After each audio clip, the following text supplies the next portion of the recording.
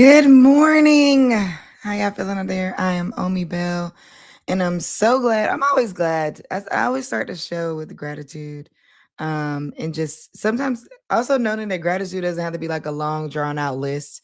I think sometimes we tell ourselves like you got to be like, I got to sit down, I got to write everything I'm thankful for, and that's the only way to look at gratitude. I'm like, nah, actually, um, I just always say, like, I'm glad to have you out here with me. Thank you. You could be doing multiple things with your time, wherever, anywhere you are in the world, but you're choosing to be here listening to and watching me. And so that shows a sense of curiosity, that shows a sense of or you just a little crazy. You know what I'm saying? It could be that it could be curiosity, it could be that all those things, but you also just may be like, what is this girl talking about? So I'm here for that too. However you got here, you were meant to be here and listen and find out. These live streams I've been doing. So if you've been listening, I was doing 30-day shows. So I went 30 days straight live every day. And I think since then I've had people that I've told about this and they're like, wait, tell me more. And so another friend of mine, she's about to do her own 30-day live stream. And I think I'm actually going to turn this into a downloadable and send it to people on how you do this, like in the simplest, easy way with the most automation. Because there's a couple things I find from doing consistent live streams, especially when I was doing them every day. Good morning, Mimi. Nice to see you too. Oh, thank you. Do I look beautiful? Ow. So what I in doing these, what I thought at first when I went into doing the live streams, I thought one thing. And then like, oh, I want to get my watch hours up on YouTube, or like, oh, I definitely want to get the message out of the people that I was interviewing. And like highlight more business owners and more ways of life. I think with 3B Society, I'm definitely highlighting more ways of being. And in a 30-day show, we highlighted more just like businesses and like things people were thinking about. So throwing the link out for the 30-day show, I threw it out to multiple people who had multiple walks of life and multiple, like, it was not like, oh, I'm going to go schedule only this person, which like happens with all these podcasts. And I can't tell y'all how tired I am of seeing the same person do like like, you know what? Em agreed. Okay, let's talk about it for a second. So it's all over the place, and no tea, no shade to her. Okay, she's built something, she's done something, she knows some stuff. And can we just note that this is a press run? And so we all the hype that we're getting around everything she's saying is definitely something that I'm guessing that she wants to happen, so that she can sell her book. Some of it is maybe doing her a disservice with the way the internet is built today, and her especially some of her commentary around work. I think that what I would want to say about maybe the way the Emma's going to immigrate. If you haven't been watching, if you have no idea what I'm talking about, let me just give you a little bit, fill you in just a little bit. Emma, she is one of the, I want to say she's one of the creators actually of Good American. It's a jeans company. And I think she created it, and then the Kardashians came on later and started working with her. Through that, she made a lot of money. She started investing in companies and things like that. Recently, I saw an interview where she was saying that the reason why she didn't invest in Ami Cole, but then later hired Ami Cole. I mean, she didn't invest in Ami Cole, but then later hired the founder of Ami Cole to work at Good American. So the skincare brand Ami Cole, Black woman run, she had to close her company, but she now works for a Good American. And in this interview that I saw, and there's multiple reasons why people are firing up about Emma Grede all around the internet and what she's saying. And one of them has to do with like women at work. And yeah, so that's the whole thing. But one of the things I saw yesterday that I was like, this is interesting from the standpoint of getting investment. She said that she did not invest in Ami Cole because she doesn't invest in first-time founders. And I'm gonna stop there. She said more in terms of like she doesn't invest in first-time founders. She also talked about her. She stayed in touch with her though. So the founder from Ami Cole built a relationship with Emma, and essentially now that's how she's now working with Emma. But she would reach out to get advice from her and things like that. But one of the things that she said that I think was something that we need to note is the I don't invest in first time founders thing. That is part of the reason why the less than 1% of Black and brown women get invested in, because people say I don't invest in first time founders. I find that to be very interesting in the industry. So not related to Emma herself, but just the industry of investing. Just because, girl, generationally, how many black folks you would go be third time, fourth time, fifth time founders? It just doesn't make that makes sense for how she wants to spend her money. So it's not about her, but it's just like if we think about like generationally, the idea of black folks starting startups or companies that make it to a certain level is a fairly new concept. There's a pocket of people compared to the greater Americans. And so I think that setting some context and perspective and some sort of there's an insecurity around first time founders, but then there's also that's generally speaking, but then there's also this realization that doesn't come into play with how generationally young in business black people still are as related to a 100-year bank. You know what I mean? Like there's a lot there that doesn't get talked about.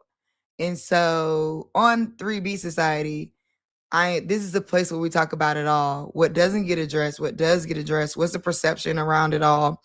The idea of one thing only having to be one way and live in one way versus like what's the greater context that we can talk about around a lot of these things, whether it's body, whether it's business, whether it's belonging. What does that look like? And how do we talk about a more full picture of what's available, right? Because in these different interviews, you get one slim view. And I think I'm saying that like the more I can pour in other views of other lifestyles or other views of business or other views of how to belong, I think I can, have the impact that I want to have in the world, which is helping everybody understand how to live an integrated life.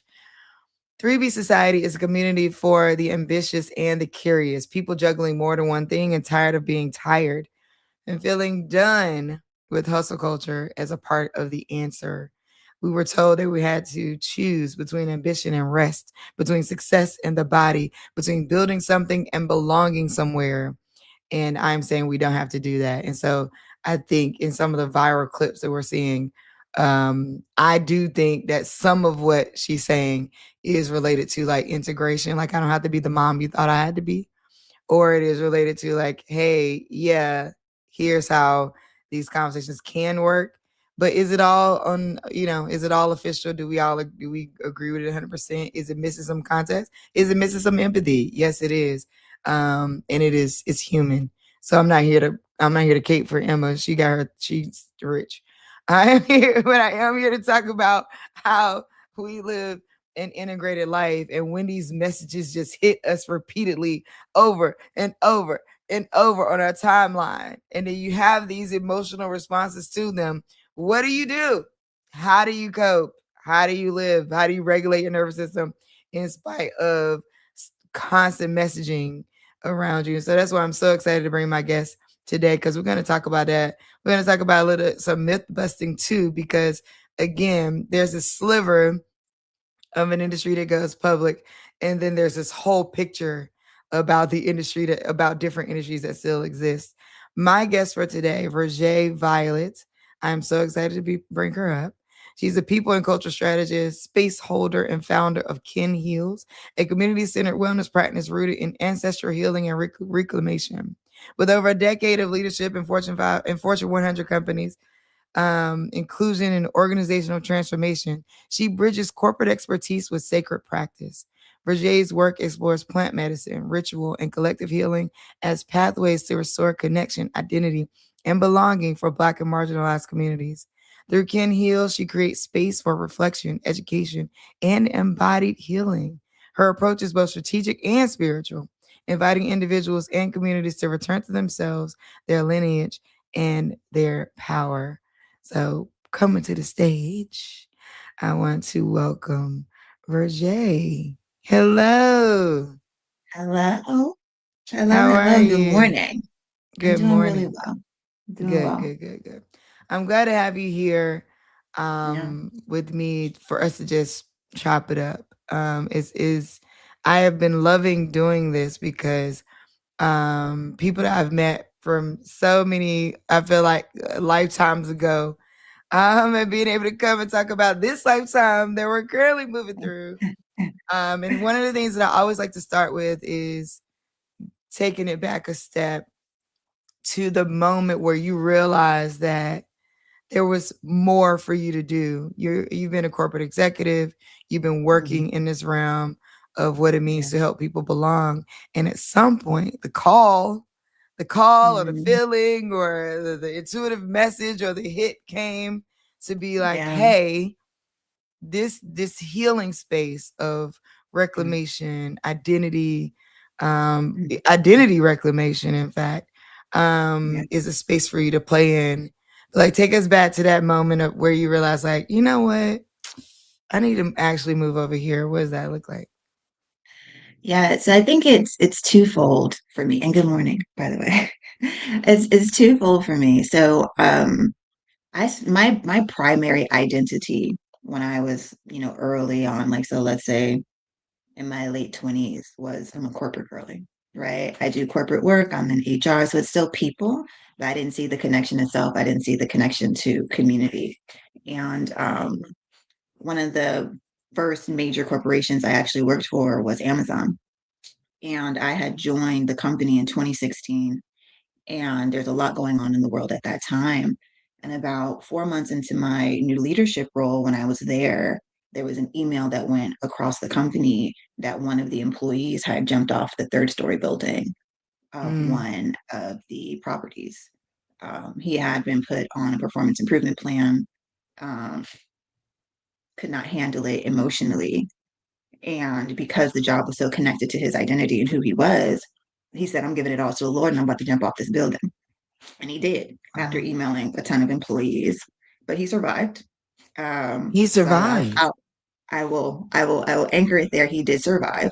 Okay, good. But something I found from that moment on in like the human resource space was that people are so deeply connected spiritually and emotionally to their work identity. So as I was navigating being a people leader in this organization, as well as breaking open myself, deconstructing Christianity, which I didn't even have the language for it at that time, but deconstructing Christianity at the time, opening my heart to other forms of spirituality, trying to anchor myself. Um, I found like, hey, there's something deeper here. So there becomes this big conversation in corporate. There becomes this big conversation in my personal life about what does it mean to support people in this way. And then Mm, I know everything happened with George Floyd and the murder of George Floyd in 2020, but there were murders happening before that, right? That was a moment in time that got a lot of attention. But us as a community, we're navigating those really hard moments well before that. So my question was, well, as someone working in this space, supporting communities, whether it be Black, Hispanic, Asian, like how do we bridge that gap of folks spend a lot of their time here, folks give a lot of their love and time and attention here. How do we support them emotionally? And then it opened up beyond just, oh, I'm a corporate girl and oh, I'm a spiritual woman. And they began to slowly, and I'll say slowly because this is, it took time. We're a decade in now, right? It slowly began to merge.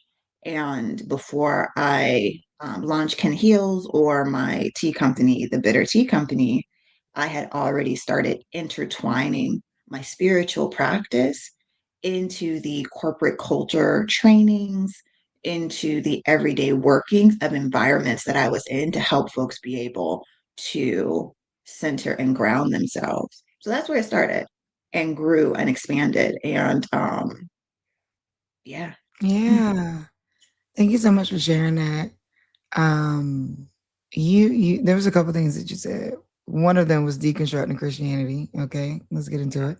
And then um what I love about what you were talking about in terms of like bringing the spirituality in is I think that people also sometimes don't understand their power while they're in the corporate spaces that don't understand their ability to say, I can do this part differently. And that, like, saying, hey, I don't have to just feed into like everything this corporation wants. And I feel like people got to that like over the course of the pandemic, and especially now because you thought you just get your good government job, you're gonna be secure. You thought you just get That this. Yeah, you thought you would just get this job or this thing or this place, and that was gonna be like, I'm gonna ride this wave. I was just literally telling my HR and my COO yesterday that it's so interesting to me, this false level of security we have around work, around these jobs, thinking that like nobody's gonna ever come fire me because I didn't do anything wrong, that's not right? what it's And about. it's Yeah. not, and it's not what it's about. It's not how it works. It's not reality. Right. Right. And it is true that these workplaces can kind of govern in ways they feel like work best for them. How do you hold at being like an HR executive and these moments in history that you're talking about? And what does that look like from bringing spirituality in? Because I know when people ask me like, what's some of the challenges you face as a leader of Black Girl Ventures? And I say, because I'm Black and I'm essentially leading a wide array of people who are also Black and brown, underrepresented, under resourced. So while things are happening in the world, it's hitting me, you're right. But Mhm.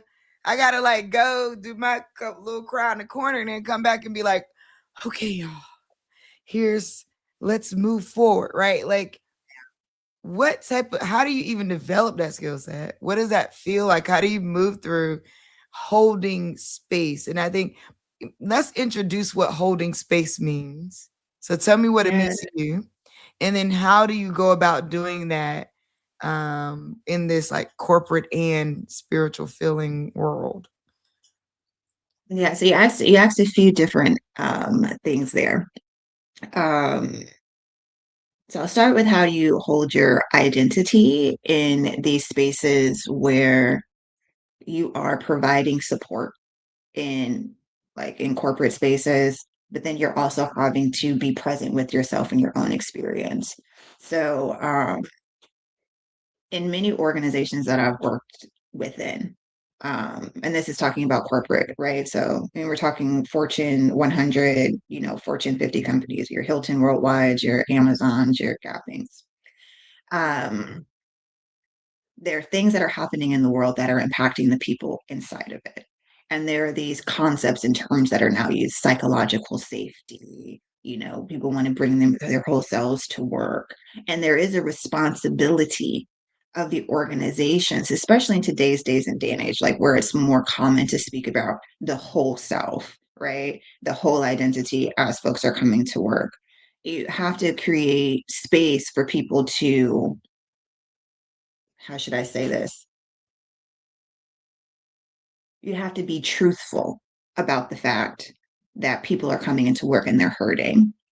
And you have to be right. And when I say we, right, or you, I'm speaking about the leadership of an organization. So I'm sitting in rooms with our, chief people officer, the presidents over our brands, and we're saying, wow, there are Black Lives Matters protests happening out in our centers, right? Or, there are ICE raids, happening, outside of our storefronts. If I'm talking about gapping, so things that are happening presently, how are we emotionally supporting our team members so that they can come to work when you literally have people going into the break room and crying, when folks are afraid to come to work, because they don't want to be deported, right? And having to have those very real conversations, it is hard on the soul for anyone.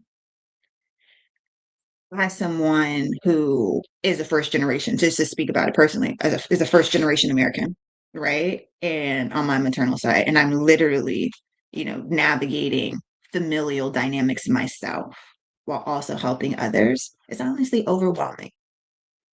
And you have to, or I had to, let me speak of I had to, in many of these moments when I walked into this room, put on my corporate hat or my whiteness hat, where I was able to set aside.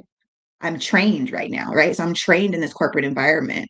And the only way that I can describe it is mirroring whiteness. So I'm trained to set my identity aside and not think about how I'm personally impacted to go and be present for others fully, regardless of their identity, regardless of their beliefs.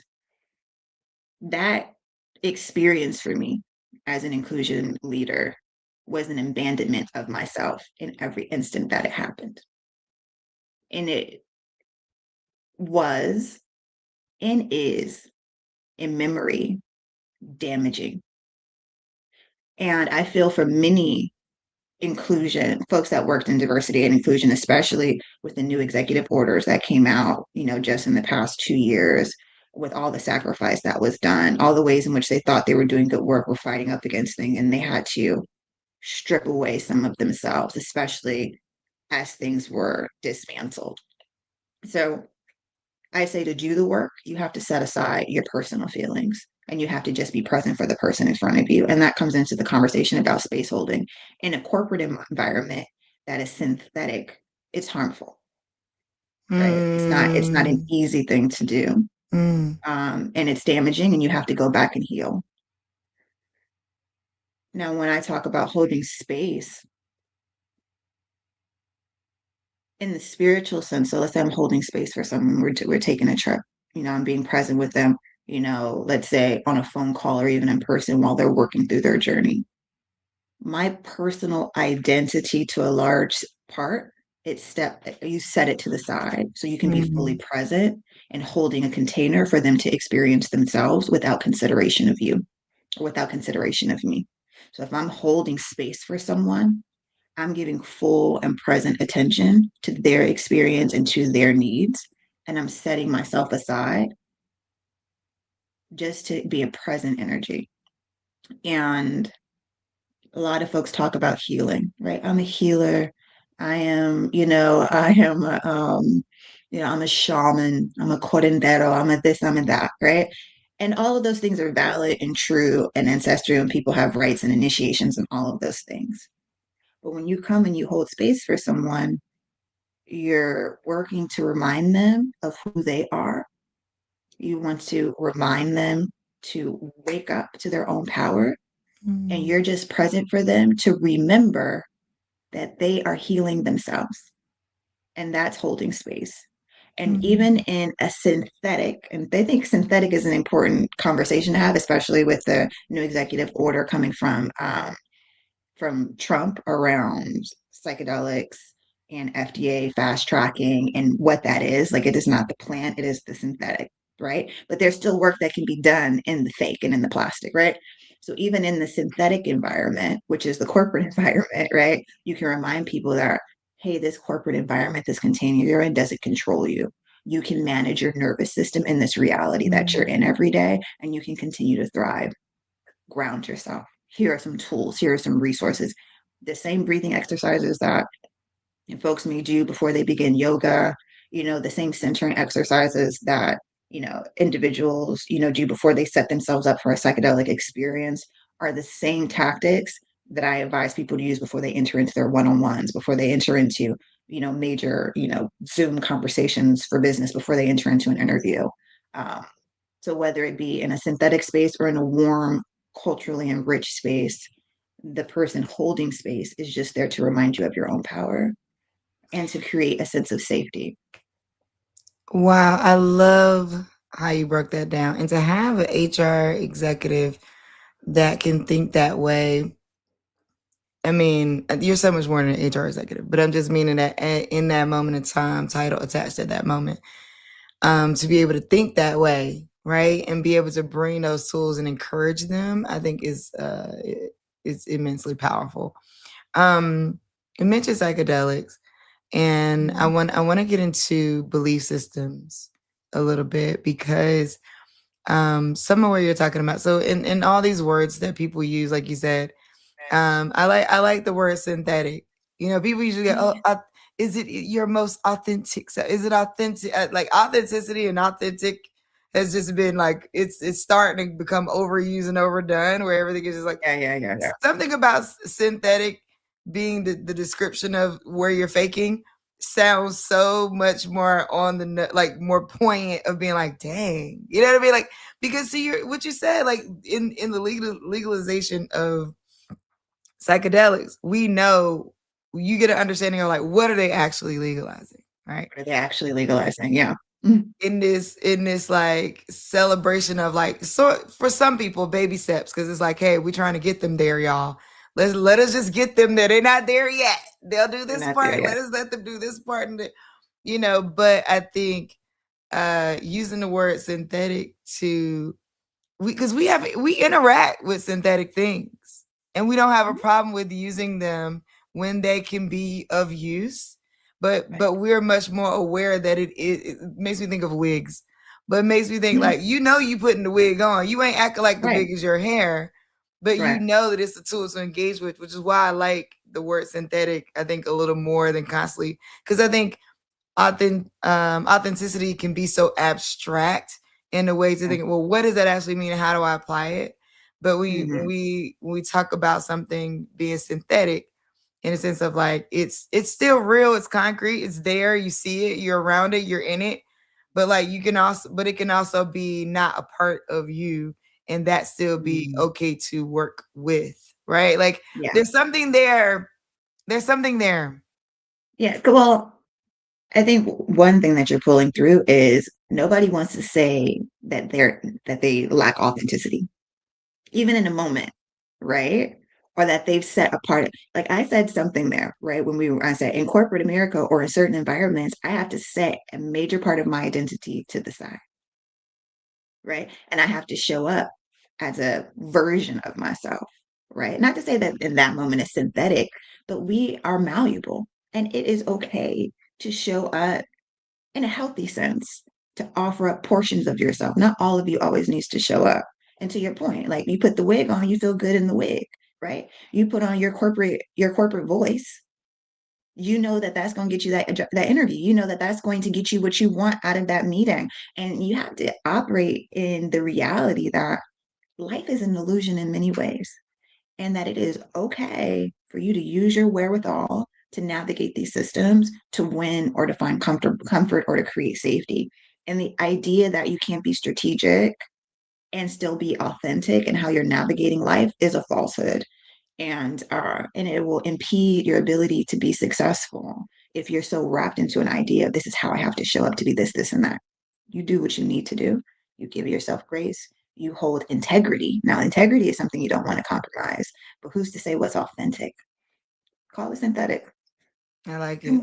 And that's where living an integrated life, and where I'm talking about like everything all at once, but everything everywhere all at once. However, you have some say in it, right? Absolutely. Let's talk about belief systems centered around, you mentioned deconstructing Christianity. We won't go too deep because that can get rude. That's a whole show by itself. Okay. Deconstructing Christianity is an entire series that somebody should do. It's not mine. Okay. It's not my calling. Um, but I want to talk about it as related to belief systems that hold us up Mm, from greater resources that are available for us to transform. And one of mhm, those being psychedelics, right? mhm, What have you seen? Because I think when people talk about it, we sometimes wag a finger a little bit. We sometimes do it like, well, Christianity says, or your belief systems in general, don't have to be Christianity, say that mhm. these things are bad. However, did you know that these things are not as bad as you thought they were? We do, like, I feel like that is the commentary across the internet. So I want to approach this a little differently. Okay. Let's talk about people that you've worked with or seen have the changing moment. And Mm, let's talk about what you have seen bring people to the transformation of saying, you know what, let me try this, because I think it starts there. Let me try what it looks like to move into a higher consciousness, whether mhm, that is psychedelic ceremonies, whether it is high levels of breath work, whether that is, let me try it.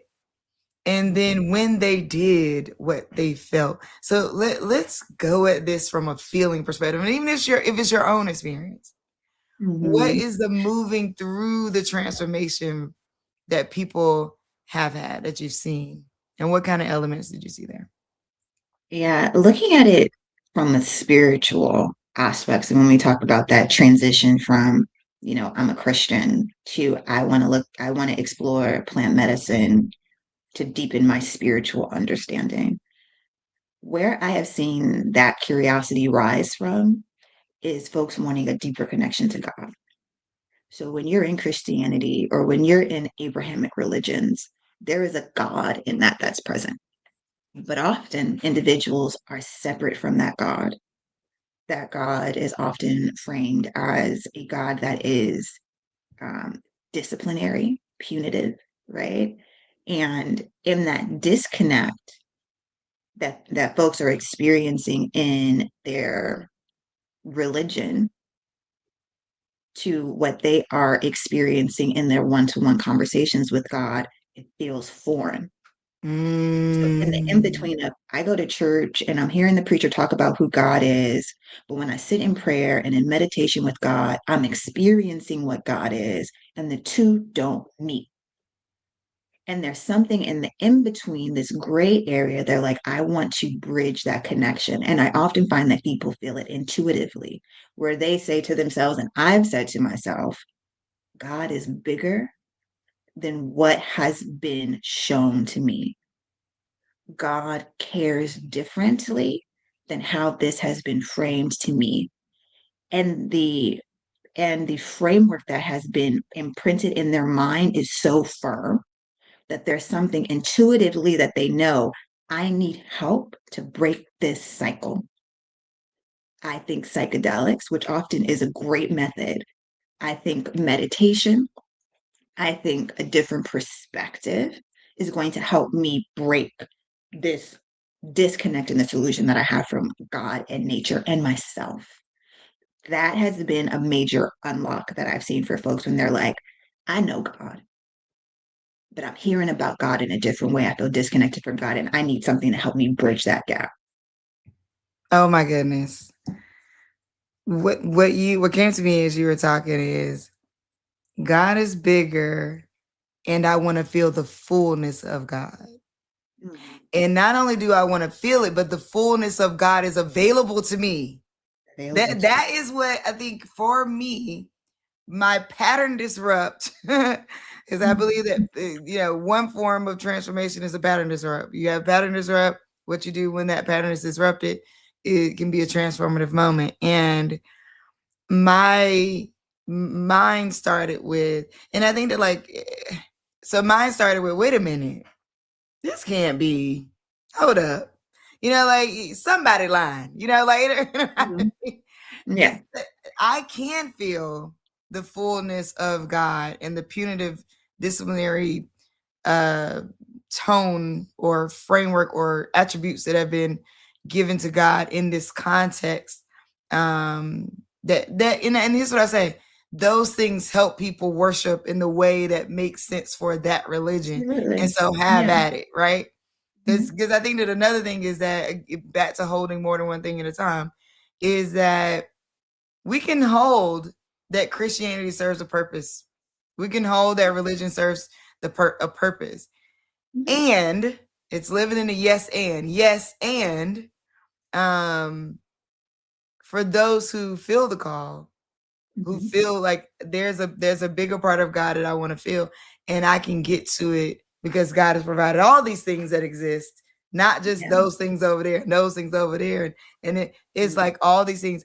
And what's interesting about that is when it comes to the religious like texts or teachings, it is there that God There. provided all these things, but there is this moment of, again, disconnect from Mhm. how you're supposed to engage with them. Right. Um, go ahead. No, a Oh, disconnect from how you engage with God and a disconnection from yourself. mm, Right. So it's like, it's also like, it's, I think, so I grew up, so I was raised in a very conservative Christian church. Right. And in my kind of coming to broader awareness, I felt that there were these different aspects of my consciousness. Like there was a some subconscious part of myself, this idea of a higher, there was just these different voices and identities I held in myself that I felt like I could not connect with. Like there was something in me that was separate. mm, When I stepped into psychedelics, one of my key goals that I didn't even fully wasn't fully even aware of as I was entering into it was to integrate with myself, right? Mm, I no longer feel like now let me say it this way. I may not always operate in my highest self, but I do not feel that my highest self is separate from me, right? I do not feel that my higher self is separate from me. I am one. I can have that conversation with myself. I can say, am I going to operate in my highest self right now? Am I going to make the decision? I know maybe I'm not, but I'm fully connected and aware of what higher self wants to do, right? Or what my best interest is, or what my best action is. I no longer feel like there's a secret, hidden person inside of me that I cannot access. And I'll speak for myself, I'll use these intentional I statement. I believe God dwells within all of our bodies, and my communion with God is within me, not without me, right? It's not on the outside of me. I'm not separate from God. So also, when I want to talk to God and I close my eyes to pray to God, I'm not thinking about the heavens. I'm thinking about the pit of my stomach. I'm thinking about my womb, right? I'm not even thinking about my heart, even though I love my heart, right? I'm thinking about my womb and the center of connection in my body. And that is where I pray and meditate and have my connection with God, like, coming in and through me. And not only plant medicine, but an openness to what spirituality could mean, what connection to nature could mean, what connection to myself could mean. All of that is what it opened up for me. And I see that open up for others. And when people finally do that crossover, they might be like, oh, I took mushrooms at a party. It was great, but it was different. You know what I mean? Like when you sit with it intentionally, you get something different out of it, right? When you have different mm. intentions, you get something different out of it. And I found mostly what people interface with, sometimes it's religious aspects that they have to break down and deconstruct.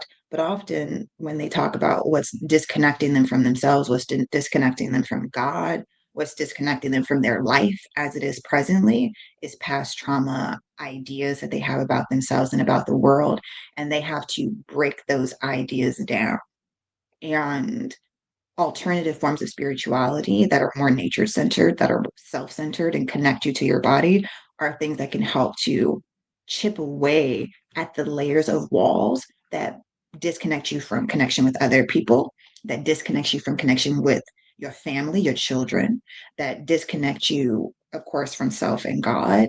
That many of those things are past trauma, ancestral lineage, history that's passed down, and these are tools. There are tools that you can use to break that down.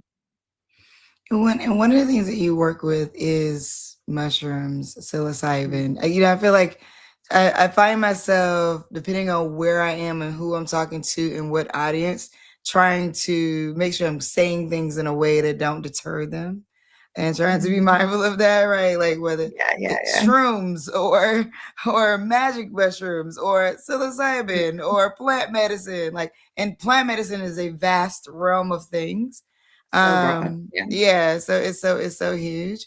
What brought you to this particular medicine? I know for you, as we spoke, that for that psilocybin mushrooms, this is one that you sit with Mm-hmm. people ceremonial and has been a guide for me. Thank the Lord. Listen, when you need to know somebody, okay, and then Bo be like, who could I call?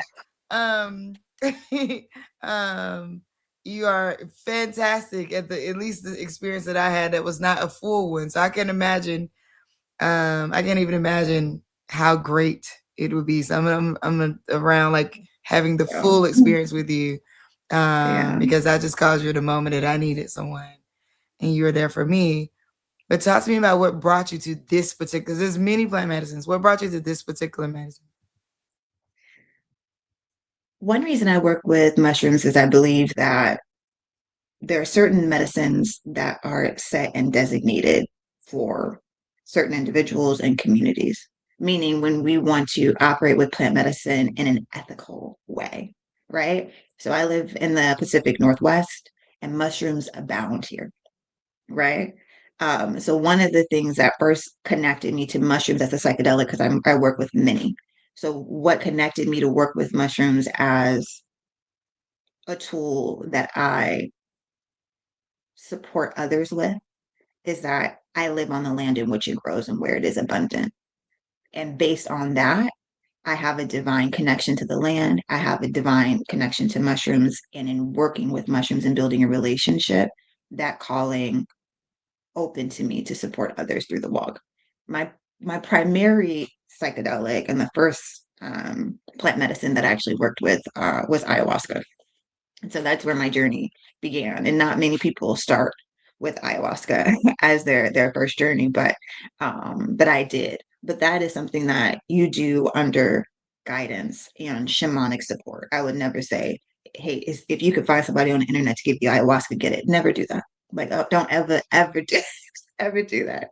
That's Um, wild. but what, Whoever would even consider doing that, you're tripping. oh, you would be so surprised. Oh my You'd god, be so that is surprised. crazy to think you're just gonna go You'd be so do surprised. IOI. Like that's not how that works at all. Yeah. I So wouldn't my advise that for first shrooms either, though. I would not have advised that for mushrooms, but you know. to each their own. So everyone their own journey and their own path. But so my journey started with ayahuasca, and that was something that had to be supported and administered in a very specific and safe way when you're exploring those realms where um, you're working with individuals that have indigenous training and initiation and rights to work with that medicine as you're, navigating these other spaces and layers of your consciousness. And coming out of my first psychedelic experience with ayahuasca and navigating integration, I found that mushrooms was a tool that I could use Mhm. on my own to help me integrate. And that from a micro dosing perspective, or even from like a macro dosing perspective, I was able to continue my journey and to continue the communion with myself for myself. And I think that ability to take the medicine with you and be more independent with it is powerful. And it also grows everywhere, right?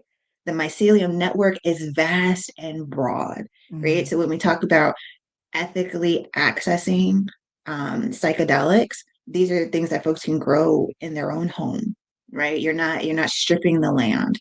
And you're not compromising integrity or other communities' plant medicine like you would with peyote, or how you would with if you're trying to like produce ayahuasca that's not indigenous to the US or the UK or other regions outside of the Amazon, outside of Mexico, and things like that.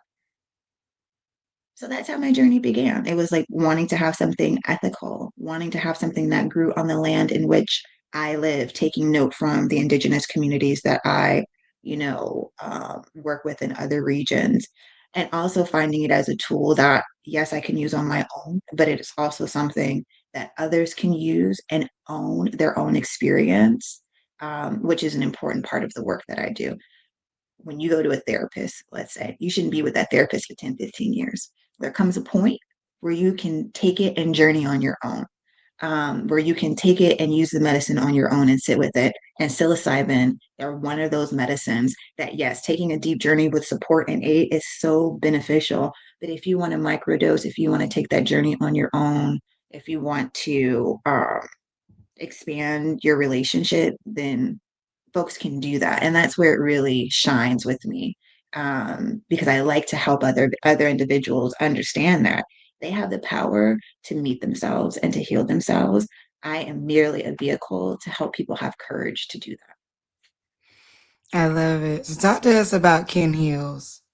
And Yeah. just yeah, what your hope is for where you're doing now and what your Mhm. hope is for it as you Yeah. continue the work that you're doing. Yeah, so Kin Heals is a community space for specifically for Black and Brown people that are looking to dive into psychedelics. Um, and it started from my own experience as a Black woman sitting in ceremony in other regions. I've sat with medicine in Peru, in Mexico, and Dominican Republic, and many times when I'm sitting in the spaces because there is access barriers. I'm majority in white spaces or in spaces with, of course, indigenous communities, but in terms of actually sitting, there was a lacking of folks that aligned with my identity or my ideologies, even. And when you're in a spiritual space, there's something about being around Black folks as a Black person. And not because in these spaces you want to just sit in your identity, but often because I want to come and I want to engage with myself outside of who I am as a Black person. And it's often difficult to really dive into those things with folks that don't understand your lived experience. So Ken Heals provides that container to say these are intentionally created spaces for Black people where you can come and you can be your whole self, where you don't have to explain, or you don't have to even sit fully in your identity if you don't want to, where you can really dive into your spiritual work without the pressure of that on you. um Go ahead. Wait, one thing you said. So, something that you just, I want to go back to for a second that you said that I have not been able to articulate. And there is, but I have noticed the uncomfortability. Well, first of all, that the idea of healing and even to yoga, or plant medicines and different things has been in some ways co-opted by white folks who sort of take these indigenous practices and then sell them back to you as something that they came up with. And it's Yeah. like, actually, no, that's not a reality in that. And so I find myself, you know, making sure I'm trying to align with people who at least are able to reference and are in reverence of knowing that this is not their their practice, but they Right. are guides or practitioners, and checking in on that level of awareness, right? And that's one thing. And what's also so crazy about it is it's all so white, all Mhm. like a lot of the time. Not there are lots of Black practitioners out there. It's just that we Yes. don't there you don't often see them, or you got to find them, or there's Gotta find different, them. again, the commercialization of things kind of shifts Mhm. our ability to find each other. But we're Mhm. out here, right? Yes. And it's important to know that we're out here and that communities like Ken Heals exists for Mhm. you as a person of color to be able to, as a Black person, to be able to tap into. So thank you for that articulation, because I've been saying, like, well, there's an uncomfortability healing in intercultural, like multicultural spaces together. Sometimes it Mhm. doesn't feel comfortable Mhm. all the time. And I didn't have words for why it didn't feel comfortable. And that idea of like you're in a space where you don't want to have to think about your identity, Mhm. but when we are in spaces in general life where we have to constantly be thinking about our identity and our identity against how somebody else is thinking about our identity. Like, it's just a conditioning of society. And when Yeah. you're in these spaces of healing, you don't have to think about that. You don't have to think You about really don't.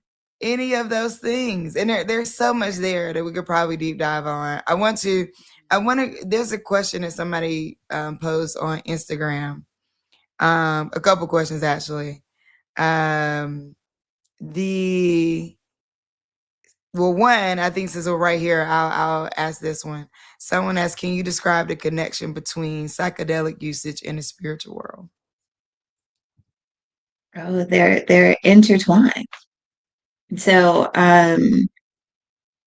psychedelics are a tool to open your mind, right? And to interconnect you into nature, which is spirit, right? So when we think about God, Gaia, spirit, however you identify with um, kind of the greater being that exists in the world, when you tap in with psychedelics, it opens your understanding to that. So the interconnection is one, right? So when you tap into psychedelics intentionally with the right support and mindset, it provides an avenue for introduction or reintroduction to spirit in a way, if you haven't sat with it before, in a way that you haven't seen. It shows you the expansiveness of God, the beauty of God. One of the most beautiful components or aspects of my psychedelic experiences is being able to witness the beauty of the world in a more expanded way. So it's almost like, and this is gonna sound really woo-woo, so just bear with me here. So just bear with me. It's almost like when you're deep in the medicine and you look out to the sky When you look into plants, it's almost like they're looking back at you and they're saying, look at how beautiful I am. Look at how beautiful life is. Look at how beautiful you are. And that's that spiritual element to say we are co created, we are coexisting in the world. God dwells within you, nature dwells within you, and you dwell within it. So when you step into psychedelics, it opens your mind to how deeply connected you are to nature, how organic you yourself are as a human being. Um, from a religious aspect, I think it breaks down some of the very thin walls that are created that just don't make sense. There are some components of religion that are good. The structure is amazing, right? But it limits the expansiveness of spirit.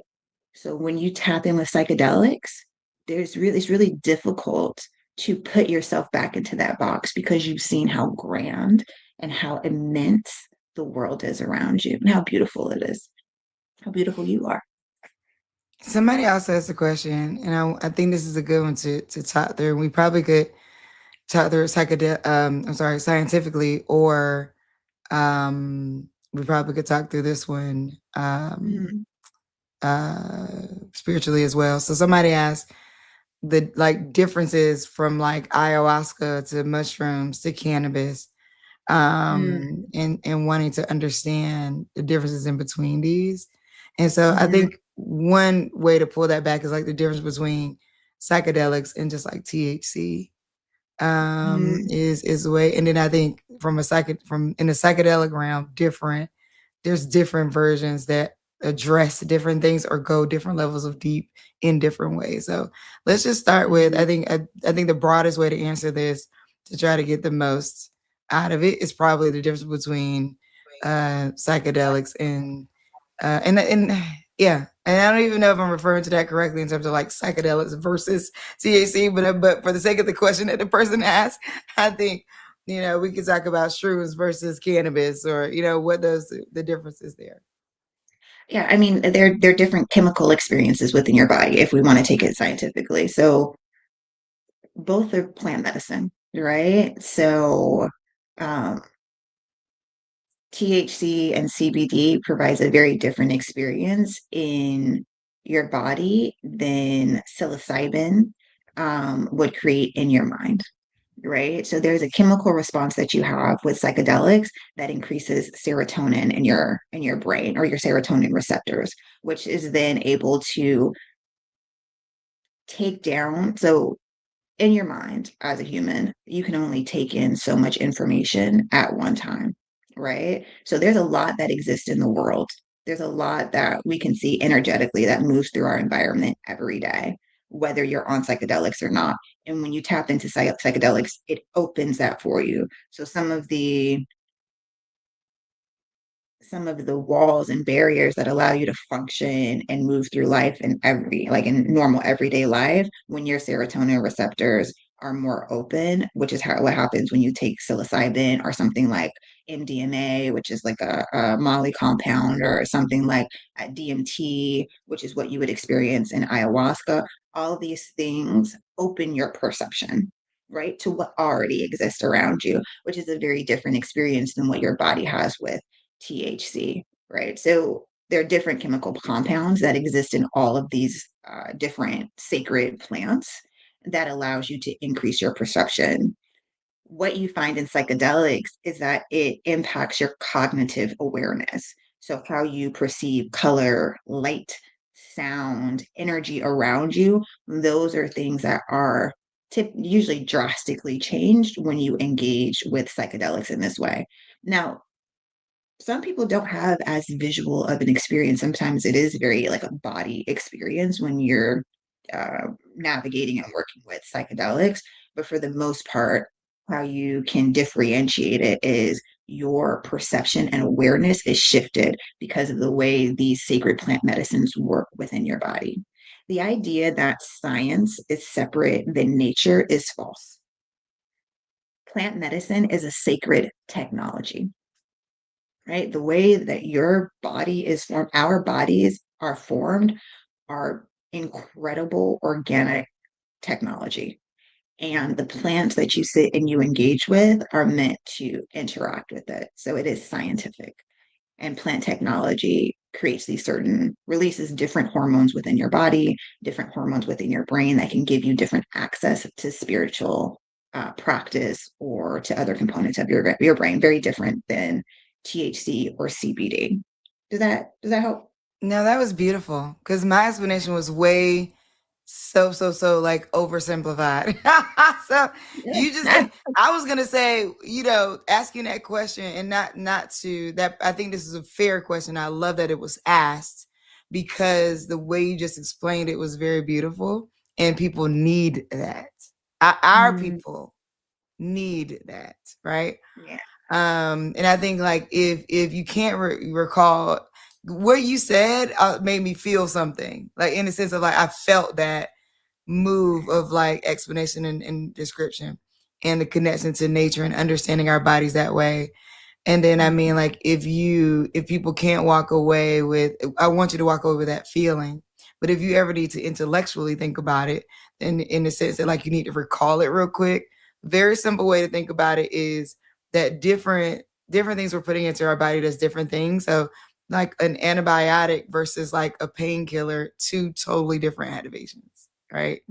Yeah. Totally different Right. ways they're going to move throughout the body, totally different ways that the body's going to receive them, totally different ways it's addressing different things, like in not, this is not tying them directly like this one is a painkiller and this one is a antibiotic. It's not that. In the general concept of understanding that these activate different parts of the body scientifically is the way to Yeah. think about it, right? And so the so that question in making sense of it all is like, oh, these are just different, these things address different parts of me deep inside of my body.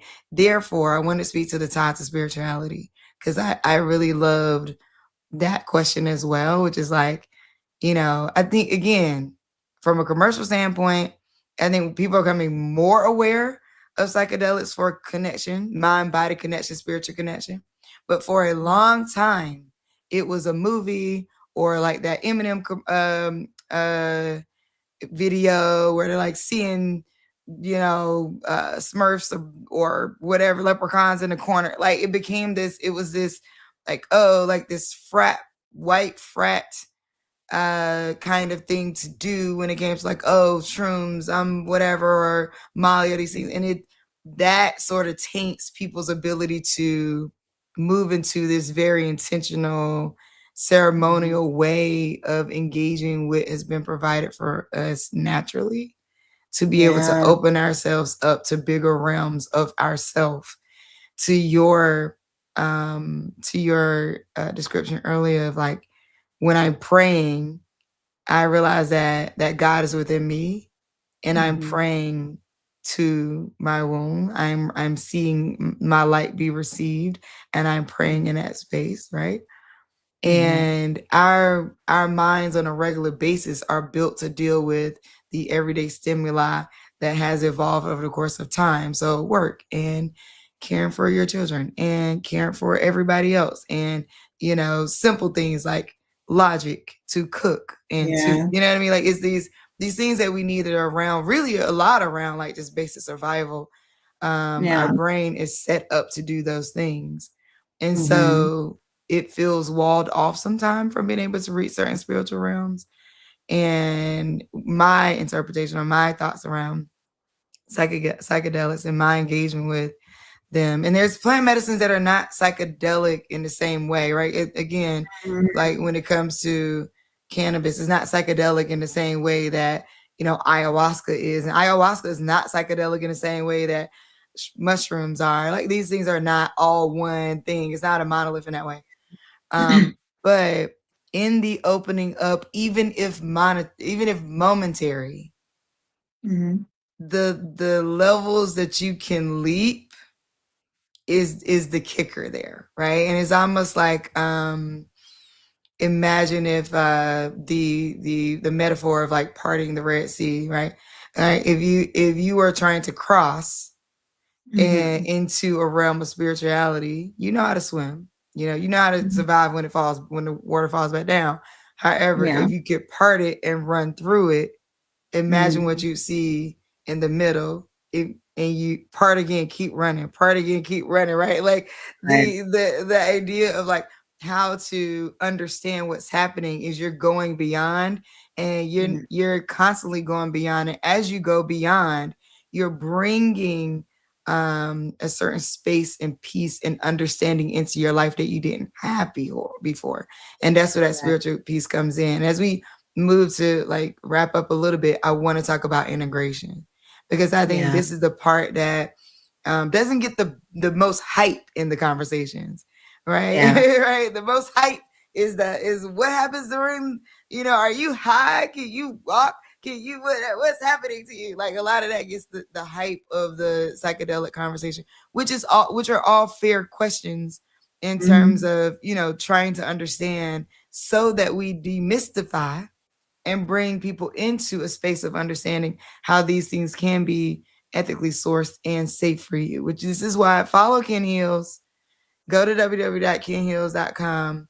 mm. Join the community. Reach out. Yeah. Reach out. Like if you have been thinking about this at all, if you've been having questions about it, if you want to have further conversations, definitely reach out to Hmm. Virgie, because one, I firsthand can tell you her level of care for what she's Hmm. doing. And I've seen multiple practitioners. Her level of care is definitely unique. And so I'm saying reach out. There's no stupid question. There's no silly question. There's no Yeah. silly train of thought. There's no stupid way of thinking about it. Like we need these spaces to go, I don't know, but I'm feeling like I want to know. Who can I Hmm. call on? And I'm saying, that you're one of those people. Hmm. But talk about the Thank integration phase just a little bit, and what you find. What does it mean? Like what does integration mean in this sense? you. Mhm. And how people can move through it, what kind of tools people are needing in that integration phase. Yeah, And I absolutely. can't One say thing, phase because some it could be lifetime, but it could be a lifetime. True, true, true. The one thing I'll say, just to your earlier points of how psychedelics is presented in Western culture and in Western media, is that that's just a glimpse and a caricature of what psychedelics are and can be and what plant medicine is. And that these medicines are deeply ancestral, and that there are centuries of study and practices within indigenous communities about how to be in right relationship with nature and with these plants.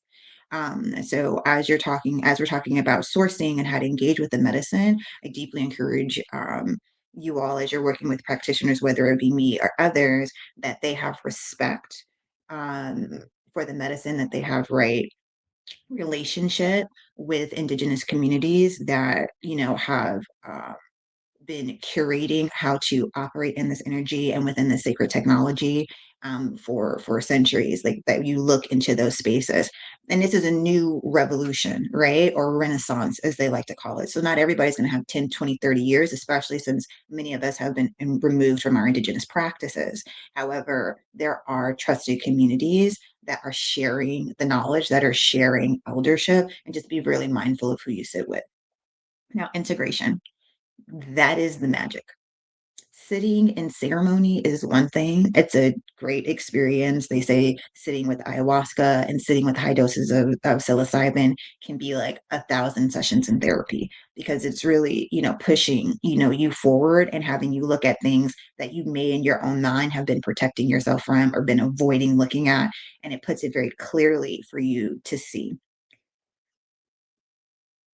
Once you step outside of that full and intense experience, you have to then sit and process over time all that you saw. So, within a psychedelic experience, let's say with mushrooms, can last anywhere from 3 hours to 6 hours typically, right? Depending on how much you're taking. You see and experience a lot in that span of time. Your body feels a lot, and it takes time for it to process in your mind and through your system. I typically say after a deep experience, it takes about 6 months to fully integrate everything that you've seen. And as you're moving through life, glimpses of what you may have experienced in your psychedelic experience will come up and begin to make sense, right? Additionally, It takes time to make change. If you come out of a psychedelic experience and none of your behaviors have changed, then I would, and this is where things get a little bit, tough for ourselves. Did you walk into the experience with right relationship with the medicine?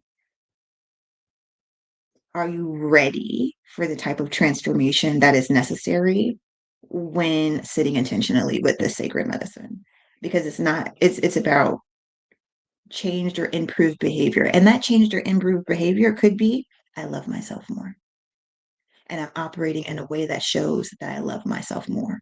And it could be simple. I'm showing myself that I love myself more because I'm drinking more water. So I'm not saying it has to be very complicated.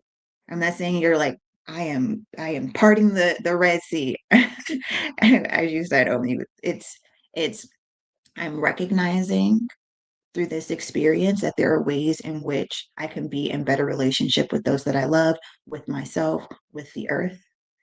And these are the things that I'm going to do to make those change. So integration takes time. It is the most important part of it.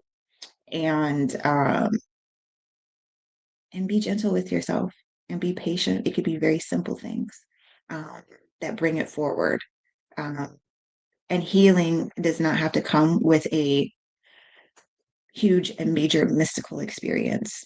Sometimes you'll walk out of ceremony and you'll be like, well, I didn't see anything, or the medicine wasn't that strong today. The medicine was there with you. It'll give you what you need, and you have to trust. Uh, and integration is part of that realization because you'll see the changes and the improvements in your life and your energy. Yeah. Yeah. Where should we be? Where you want us? Where do you want us? Where are we going? Where where should people follow? Well, I have your stuff on the screen, so You people have it. following. What do you So have anything coming up? yeah, so follow us on Kin Heals. We do have some summer activations coming up where we'll be doing some introductions to plant medicine here. I'm in Washington State. So we'll be doing some introductions to psilocybin here in Auburn. So stay connected to Kin Heals. You'll see some dates coming up. We do periodic retreats. As you'll see, like we have some connections back in Jamaica because there's also legality. We didn't talk about that a lot today. It's also about what's legal, how can we operate in these spaces, and maybe that's a whole nother conversation about how you Mm-hmm. appropriately source, and I know that there's access and there's all this stuff happening at the airports with ICE, and you don't want to be on healing tourism and all that kind of stuff, but I say connect with me so you can properly, safely, and legally source what you may need, or if you have any questions. Kin Heals is a great way to stay connected. On my personal IG platform, which is my name, Verge_Violet. I share some information about my personal experience, and you can also, go through that information to see some of my journeying. If you're interested in saying, "Hey, what does it look like when you're actually out in the jungle?" In the jungle doing this work, and also, hit up our website, contact me directly on IG. Happy to have open conversation and to share. I love it. Thank you so much for joining me. If you listen to this in Thank you for audio, it's having Ken me. Hills, KINHEALS. Yes. On IG, make sure you go there and use that as a method to find all the things. KenHeals.com, KINHEALS.com. Yeah, this is great. I love this conversation. Yeah. Thank you so I'm much for so joining me. grateful. Thank you. Yes. Have a great rest of your day. Yeah. Wow, that was so nourishing. I think that's the word that I like to use there is nourishing. And I saw a couple people in the comments like, wow, this conversation is great. This conversation is deep. So I really appreciate y'all for tuning in. And this is what the body, business, and belonging. This is what the ecosystem looks like. I believe, like the healing ecosystem, what it can look like. I've been bringing you multiple practitioners of different kinds of modalities for you to hear from. The goal is to demystify what it means to just connect to yourself, to live an integrated life, to live a life where it doesn't have to be this thing or that thing or this, or I can only believe this, or I can only, it's like, yes, and is the way to be living. The yes and life. It's like I'm living my life in the yes and that means that like more than one thing can be true. And we are highly intellectual beings. We're highly spiritual beings, highly heart centered if we get into it, beings that have space to be malleable, have space to be flexible, have space to understand multiple things. And so I feel like my guest today, Roger Violet, really, really brought that. Um, Essentially, what we ended with was like integration of it all. Like we could be more than one thing and it's completely okay. And so thank y'all so much for joining me for 3B Society. You know, this is everything. I'm just enjoying these conversations. The 3B Society is a community for the ambitious and the curious, people juggling more than most. Tired of feeling tired and done buying into hustle culture as the answer. We were told that we had to choose between ambition and rest, between success and the body, between building something and belonging somewhere. And I'm saying that's not true. We don't actually. When am I live again? I am live again on. Hold up, I'm gonna tell y'all.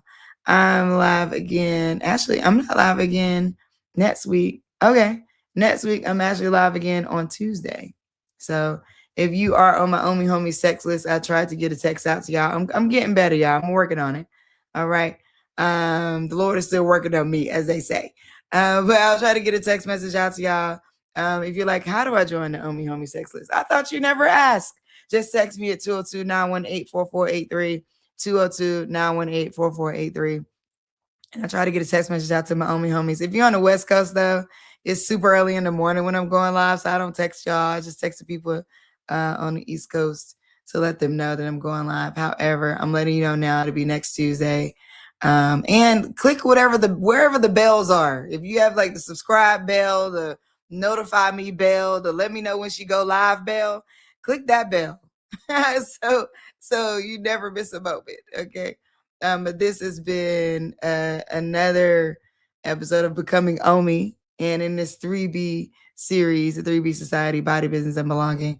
Thank y'all so much. Have a good rest of your day.